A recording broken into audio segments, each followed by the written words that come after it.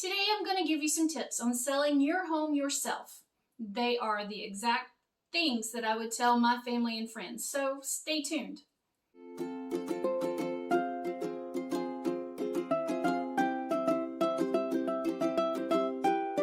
Hey friends, Mary Howard here with There Is No Place Like Home NC, Red Boots Realty powered by eXp Realty. And on this channel, I provide educational content to help buyers and sellers make the best decision they can while buying or selling a home. As a real estate agent, I do not get paid when someone sells their house by themselves, but I know there are a multitude of reasons why someone would want to try to do this, and it doesn't always have to do with saving commission. You will be saving half the commission by not hiring a listing agent, but you do need to expect to still pay the buyer's agent.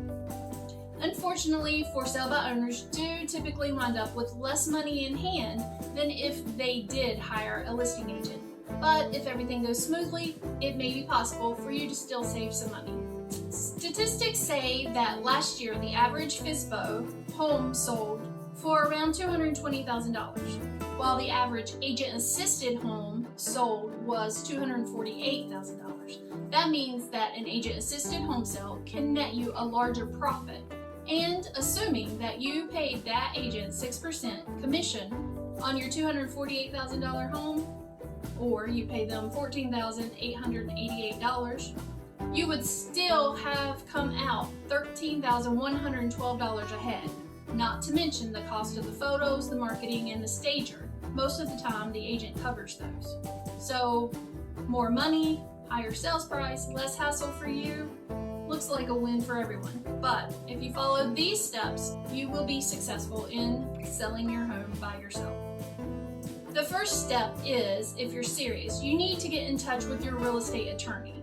North Carolina is an attorney to close state, and that simply means that the attorney is mandatory in the real estate transaction. They are in charge of dispersing funds, making sure the home has a clear title, and recording the deed from you to your buyer.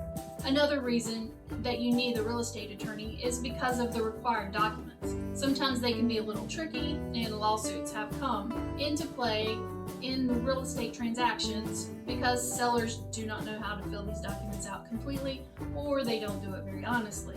Your real estate attorney can make sure those are completed properly and help you CYA.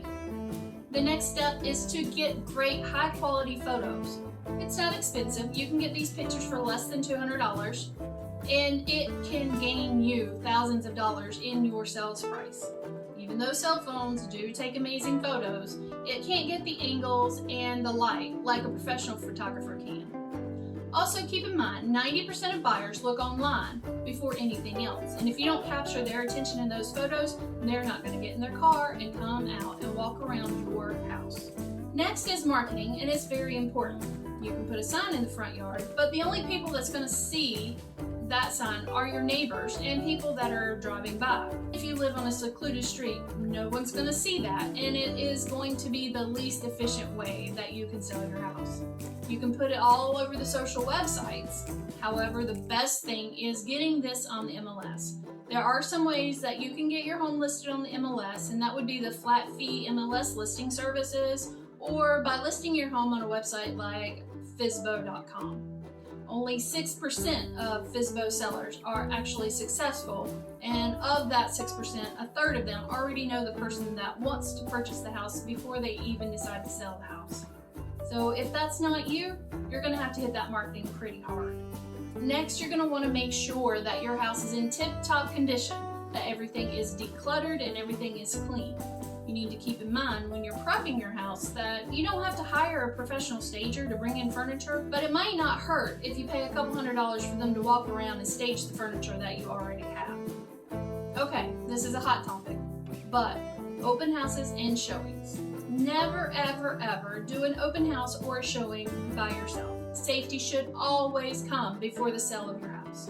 If you do an open house, make sure that someone's there with you at all times, every single second. And honestly, less than 2% of the time will an open house actually lead to the sale of your home. In this digital age, buyers go online, they find the house, looking at those quality photos, and then they call their agent. Honestly, I would skip the open house because that's not what's going to sell your home. And during showings, please make sure that you qualify that person that wants to come look at your home first. Agents are trained to meet potential buyers in public before they meet them at the house. Not only do they know that people saw you in public, you also will want to get a copy of their driver's license and forward it to a friend. Any qualified, authentic buyer out there is going to understand about safety, and they're not going to put up a fight. And if they do, there's probably a reason. So please be safe. Pricing your home is the most important step. It does not matter the quality of the photos. It does not matter how well your home is prepped. It doesn't matter if your home is being advertised all over the world. If it isn't priced properly, it will not sell. If it's overpriced, it's going to sell, but then you're not going to realize how much money you left on the table. Real estate agents have data, they have sold comps from the MLS, and they have ways to figure out how to correctly value your home.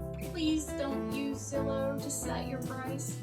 Zillow uses an algorithm to create their estimate, and that algorithm doesn't know if the house that they're pulling comps are close to your condition. It doesn't know their quality. It doesn't know the updates that you've put into your home. It doesn't know all of your amenities. So this estimate is not a great way to price your property. Again, if you know someone that has access to the MLS, please call them to get your market value. Also, when you're pricing your home, you've got to check your emotions at the door. You have tons of memories that make your home very, very valuable. But buyers don't care about your memories. Buyers don't care about how much you still owe on the mortgage. They don't care about how much you've spent into fixing it up. All they care about is if the home is priced for what it's worth compared to the similar properties. Another tip on pricing is don't price your house like you do a car. Don't do that 99 thing. If the value of the home is $500,000, then list it at $500,000, not the $499,999. The reason is when buyers are looking online, they're going to put in their search criteria and their budget.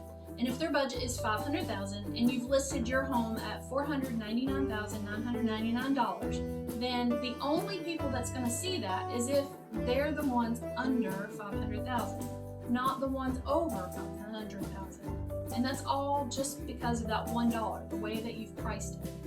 There are about 100 steps throughout the process of selling a home. I typically do about 95 of them, while my clients do the other 5.